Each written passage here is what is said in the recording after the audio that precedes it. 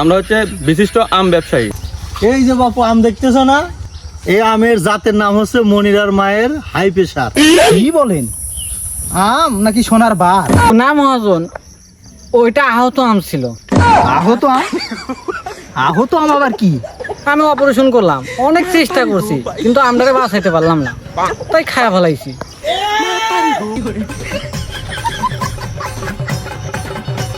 বেতন কাটবেন কাটেন, সমস্যা নাই, খালি টাকা আর টাকা।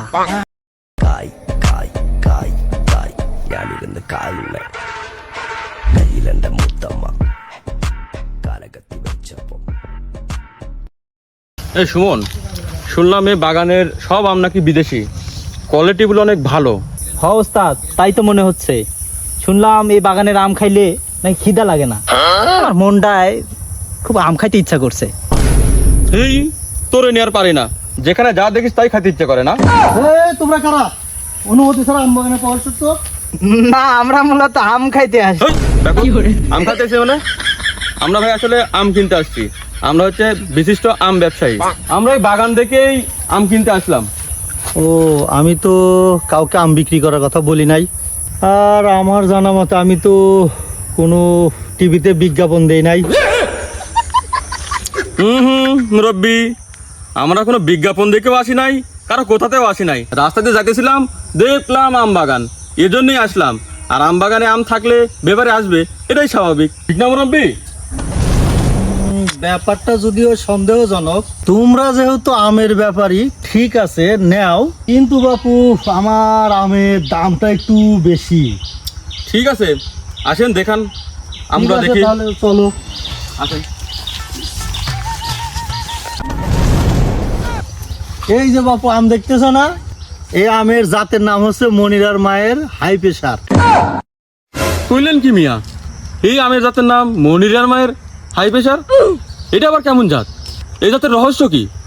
আর বইলো না বাপু, মনিরার মা ছাগল চড়াইতে চড়াইতে এই আম গাছের নিচে এসে বসে, তারপরে হঠাৎ করে হাই প্রেসার উঠে যায়। তখন থেকে এই আমের নাম দেওয়া হয়েছে মনিরার মার হাই প্রেসার। এটা হচ্ছে আম রূপালী, আর ওই যে একটা দেখা যায় ওইটা হচ্ছে আম বাদশাহী। দয়া মুরব্বী, এই আমের দাম কেমন? ওই যে প্রথমে দেখাইলাম না মনিরার মায়ের হাই প্রেসার, ওটা কিন্তু 1500 টাকা কেজি। কি বলেন? আম নাকি সোনার বার? মুরব্বী, আমরা তো কেজি ভাবে আম কিনি না, আমরা কিনলে গাছ চুক্তি কিনি।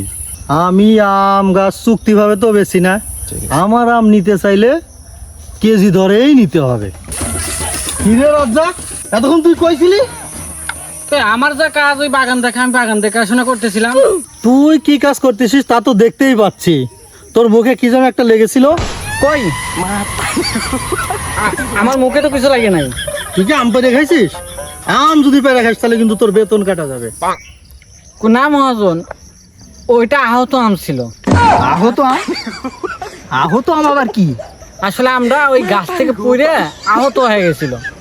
আমি অপারেশন করলাম, অনেক চেষ্টা করছি, কিন্তু আমটারে বাঁচাইতে পারলাম না, তাই খায়া ফেলাইছি। তুই কামটা করছিস কি? আমরা আমার কাছে নিয়ে আসবি না?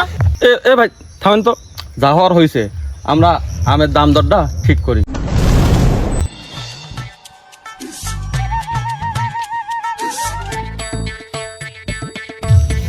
এ ভাই, এই আম নিয়েন না। কেন? এই আমের মধ্যে খালি পোকা আর পোকা। হ্যাঁ, তাহলে তুমি আম খাইলে কেমনে?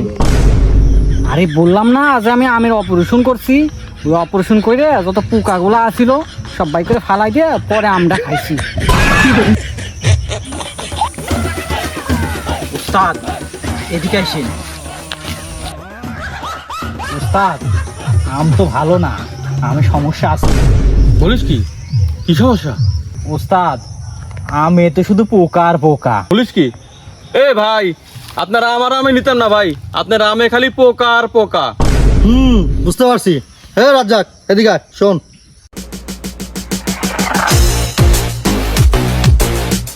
রাজ্জাক, ওই ব্যাপারীদেরকে কি বলছিস? ব্যাপারীরা আম না কিনে চলে গেল। কই মহাজন, আমি তো ওদেরকে কিছু বলি নাই। তুই যে কি করতেছিস রাজ্জাক, সেটা আমি বুঝতে পারতেছি। আর যদি এরকম হয় তাহলে কিন্তু তোর বেতন কাটা যাবে। ঠিক আছে?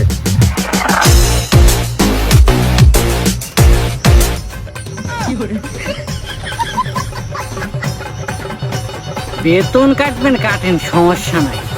এই যে বিদেশি এত সুন্দর সুন্দর আম, যত আম ধরছে, এই আম পাইলে আমি বাজারে বেচবো, খালি টাকা আর টাকা। আর বাদ বাকি যে আম থাকবে আমি বসে বসে খাবো, কিন্তু বেচতে দেব না।